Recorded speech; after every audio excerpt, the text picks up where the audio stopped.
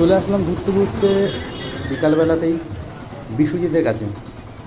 বিশ্বজিৎ এমন একটা নাম যে আজ রাজবাড়িতে ঘুগনি দোকান এবং ঘুগনি নিয়ে আসে। প্রতিদিন বিকালে 4টের দিকে চলে আসে, একদম পুলিশ পাড়ির গলির সামনে, হ্যাঁ, বাজারের থেকে। এক প্লেট ঘুগনি থাকে, অনেকটাই থাকে। এরম দিয়ে আরম্ভ করে দিল, ঘুগনি দিল, তারপরে তোমার